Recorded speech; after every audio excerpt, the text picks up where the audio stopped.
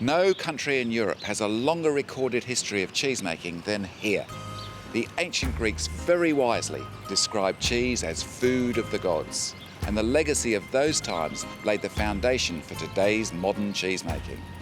The Greeks today eat more cheese per head of population than any other nation, and I've come here to discover why.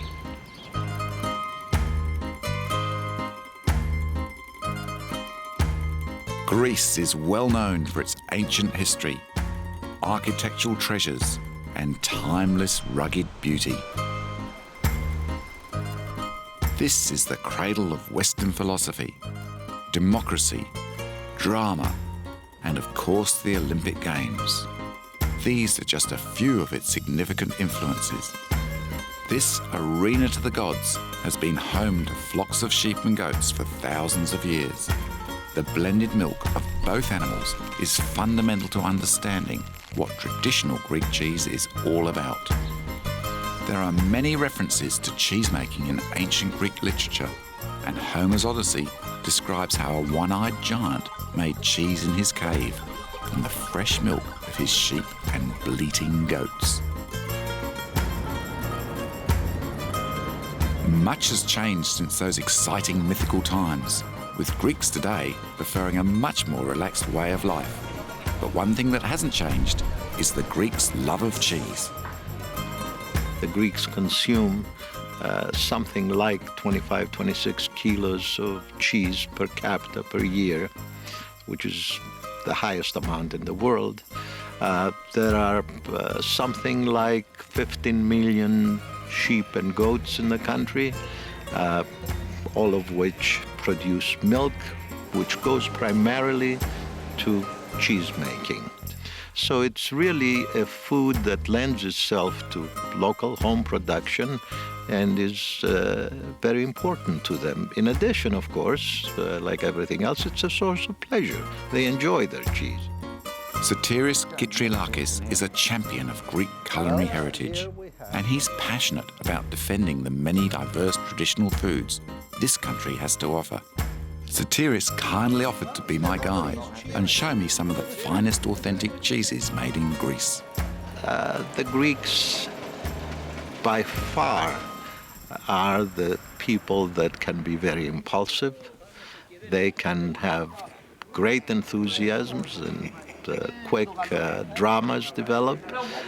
Their whole existence is one of a great deal of turmoil. Even if there isn't any, they'll make some.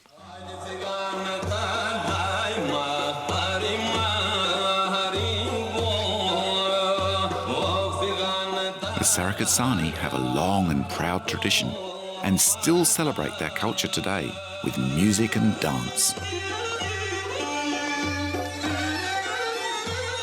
The shepherds in this area go back hundreds of years, literally. There are records of basically nomadic tribes. There are really two such tribes that were in Greece. One is the Sarakatsani. The other were the Vlachs, which were also an old tribe that lived on animal husbandry. Cheese was made by the shepherd in the mountains, in the pen where the sheep were. This is the days before refrigeration, so the milk had to be preserved right then and there. So a lot of cheese was made in the mountains, or a place where the temperature was not going to skyrocket in the summer. The most well-known of all Greek cheeses is Feta, and it's no surprise that it forms an important staple of the Grecian diet, both as a table cheese and in the home kitchen, where it's crumbled into many favourite dishes. Most of the Feta found in Greece today is produced on a large scale and sold pre-sliced or in moist, firm, salty lumps from a tin. But genuine traditional Feta is matured the old-fashioned way, in barrels made of beechwood. Thankfully, this variety is still made by more than a dozen dairies, and I've travelled to the town of Alniros, several hours' drive from Athens, to visit one of them.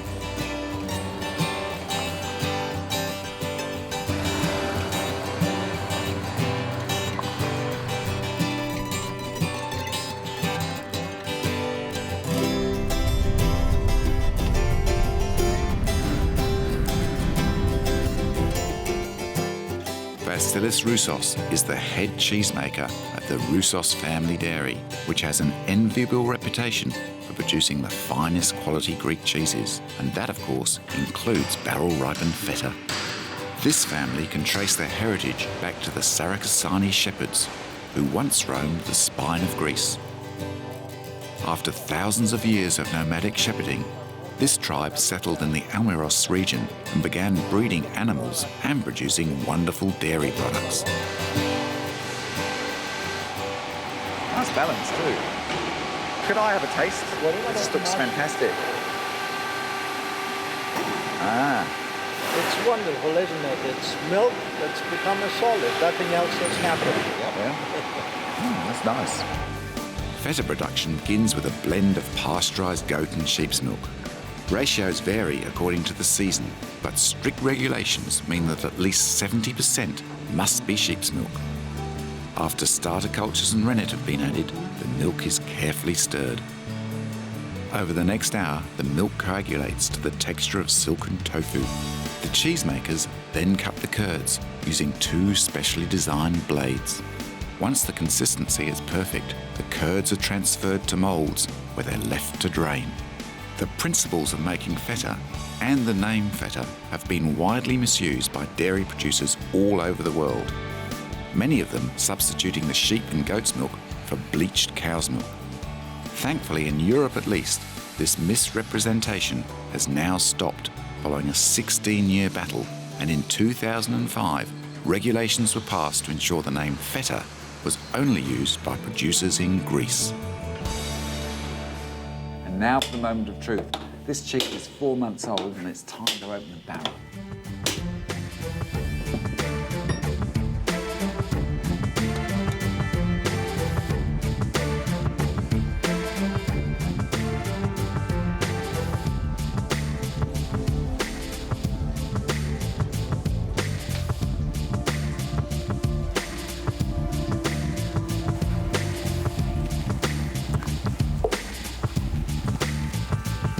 It's good, really good. It's like the best feta I've ever tried.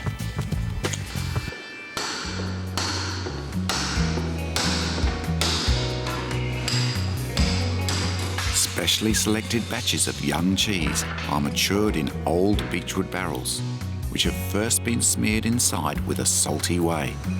Once encased in the barrel, the fresh, moist, salted curd takes at least 4 months to ripen under whey left over from cheese making. After the cheese is removed from the barrels, they're taken apart piece by piece and then sterilised and put back together again. This is the only place in the world where coopers and cheesemaking meet. And what's more, it's all done by hand. Once the barrels have been repaired, they are reused again and again. And the older the barrel gets, the better the cheese. Some of these barrels go through the rebuilding process for over 7 years. The magic that happens inside these barrels produces a rich, creamy feta that has a complex aroma and delicious flavour that's quite different to its industrial cousins. And it's no wonder sales are growing all over the world.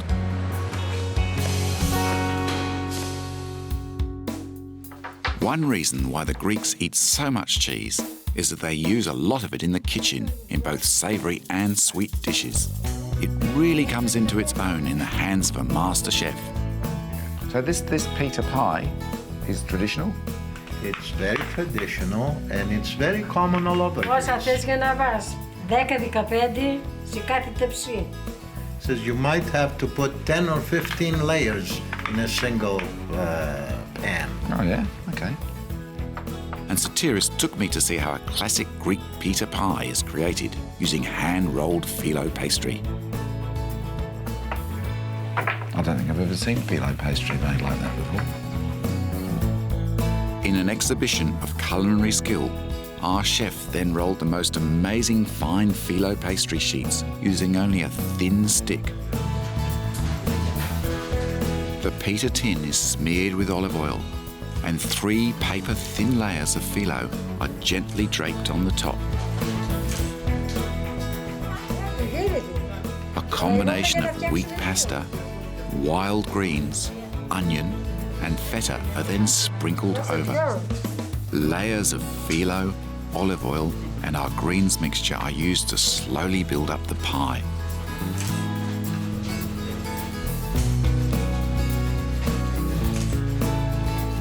The pastry is scored, and in true Greek style, the final ingredient is a generous splash of olive oil.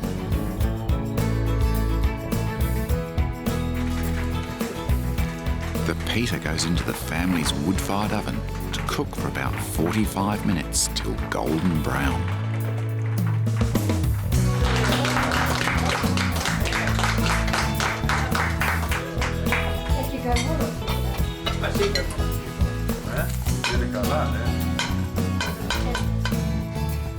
This delicious homemade dish has a remarkably fresh taste, and you can clearly taste the cheese. Just divine. Is yas στα χέρια σου, which means health to your hands. Yes, the yara. Στα χέρια σου. Yes, the yara. So. Ah. When it comes to buying great tasting feta, there's some really important things to remember. For a start, it always should be matured in whey rather than brine. Also, you should never wash it. That's sort of a criminal act. It spoils all the flavour. And if you're lucky enough to be in Greece and you want to find barrel-ripened feta, there's only one place to look, here, behind the counter. After feta production is finished, the cheesemaker uses the leftover whey for the production of several other unusual Greek cheeses.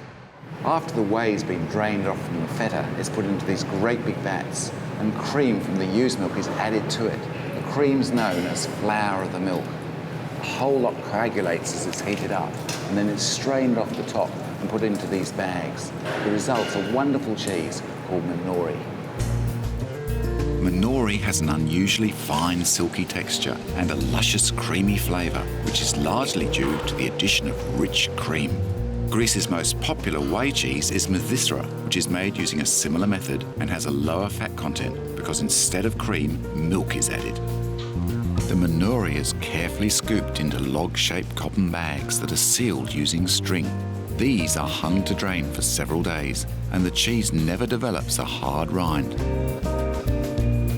The texture of this cheese is quite unique. If you've never tasted Manouri, you're in for a special treat. It's delicious.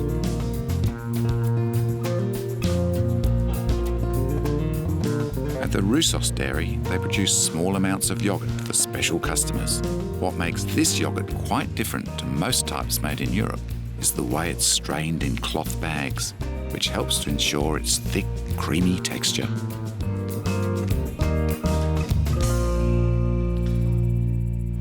Greece makes dozens of different types of cheese, and every island has a different variation on a theme. I've come here to Crete, which is the largest island of all of them. This place has a special connection with cheese because it's known as the birthplace of Zeus, the king of the gods. The island of Crete is located in the centre of the Eastern Mediterranean, at the crossroads of Africa, Asia, and Europe. Its independent island people have a long history that stretches back to Minoan times. In recent years, the island's beautiful coastline has become a popular tourist destination, and there's a thriving food culture, which includes olives, olive oil, wine, and of course, cheese.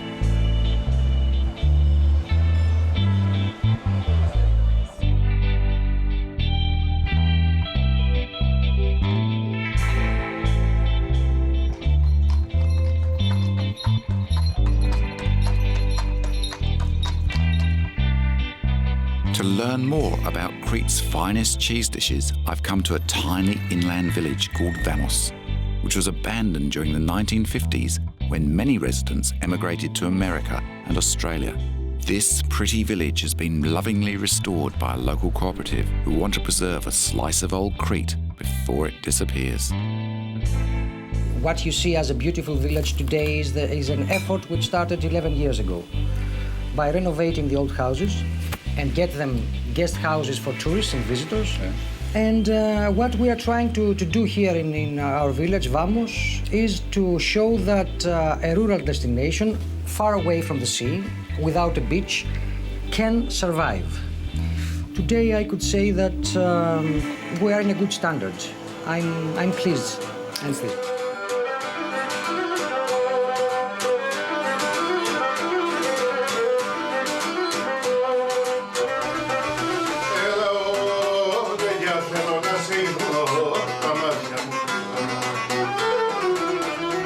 Here at the local taverna, you can experience the very finest of Cretan cuisine.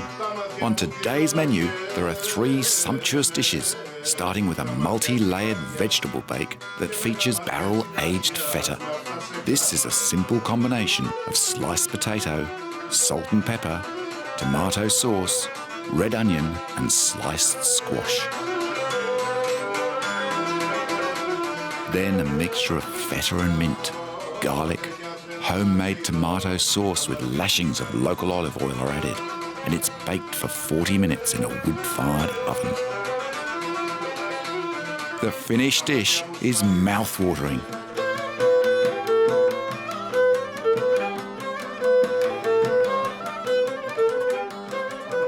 So tell me about these little pies here. Yes, these are the typical Cretan pies, which are called kalitsunia.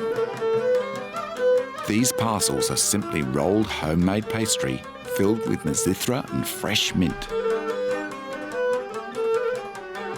Each parcel is shallow fried in olive oil until the centre is deliciously runny.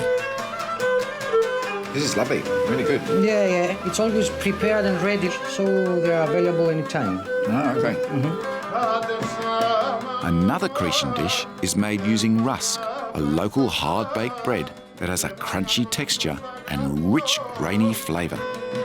This is doused in olive oil and homemade tomato puree, then covered in mizithra cheese sprinkled with oregano, small olives, and lashings more oil. It's a finger food also, eh? Yeah, that's something I see a lot in Greece. Everyone just like fingers in and that's the way to eat. Yes, that's it. That's for you and that's for me. Crete had a rich history as the centre of the Minoan civilization, and later as home to the Mycenaeans who travelled here from the Greek mainland. There are architectural reminders of this ancient past scattered across the island, and I'd like to think that many of the cheeses from that time are still made today. I'm heading up high into the mountains to see some shepherds. They're really where the story of Greek cheese begins. But judging from this weather, I don't think the gods are too pleased about revealing their secrets.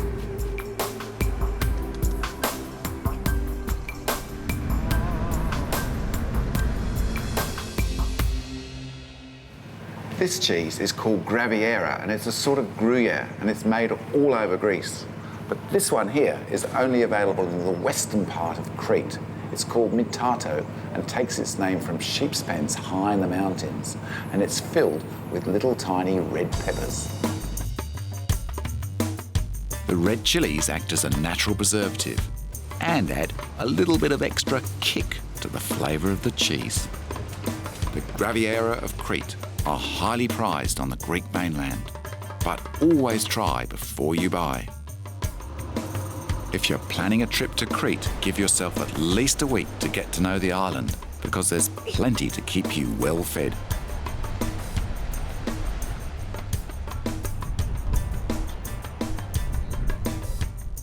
Another traditional Greek cheese is casseri, which is a type of pasta filata cheese similar to Italian provolone.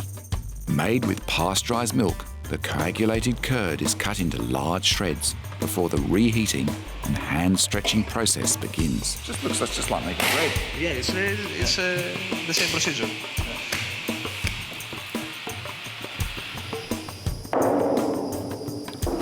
Panos Karakounos and his father Nikos make a traditional casseri using a mixture of fresh goat and sheep's milk. Okay, so you've chopped up the curd into quite large pieces like that. When we made this, it's a big ball. Yeah. How long have you and your father been making cheese for? My father is making cheese since 1970. Oh, yeah? I was born in 80s, so I'm quite So it's some years a younger. long family tradition. Yeah, it's a long family tradition. He's very concerned I'm not breaking it up enough. Yeah. Eh? Okay, you have a go. I want to see it goes on. Look at this. What's this? This is the old procedure this time. Right. Nowadays we have machines for this. Yeah, but this is the way for you this make procedure. it, yeah? Yeah. So the cheese is melting, yeah? It's melting. It's 72 degrees here. Oh, yeah, it's hot, yeah. It's really hot. Yeah. So just stirring And it we around. are stirring that in order to become a mass again. Yeah. So you're really just melting it down into one... Yeah, Yeah, in order to yeah. to become one mass. This is a bit like provolone. Yeah, it's the same. Same idea, It's the yeah? same kind of cheese. Or with fresh provolone. mozzarella. Or fresh mozzarella, again. That looks fantastic. Looks like you can eat it now, eh? Yeah, yeah. It's for the extraction of the water.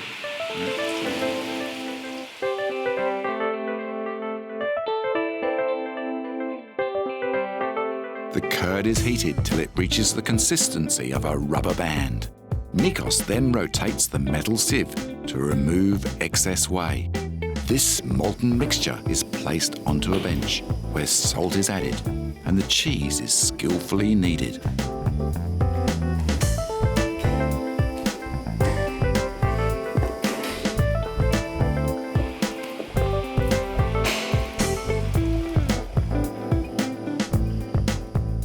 This gluey mass is then placed into moulds ready for the maturation rooms, where it will stay from 2 to 6 months.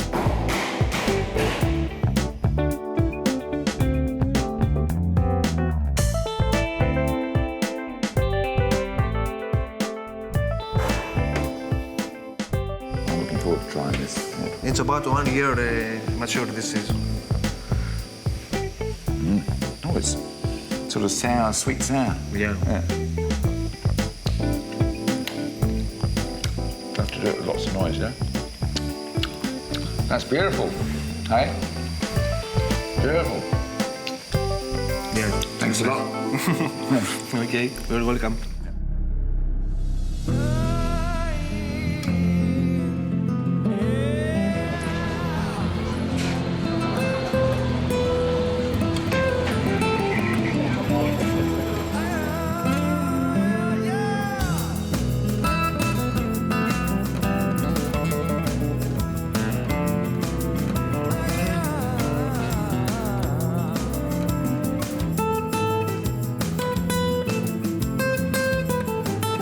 Greece has a wonderful ancient history, and discovering its cheeses has been a revelation. Whether you're enjoying traditional handmade kaseri, Manouri, Mizithra, or the king of them all, barrel-ripened Feta, remember, you're eating thousands of years of tradition from the very birthplace of cheese.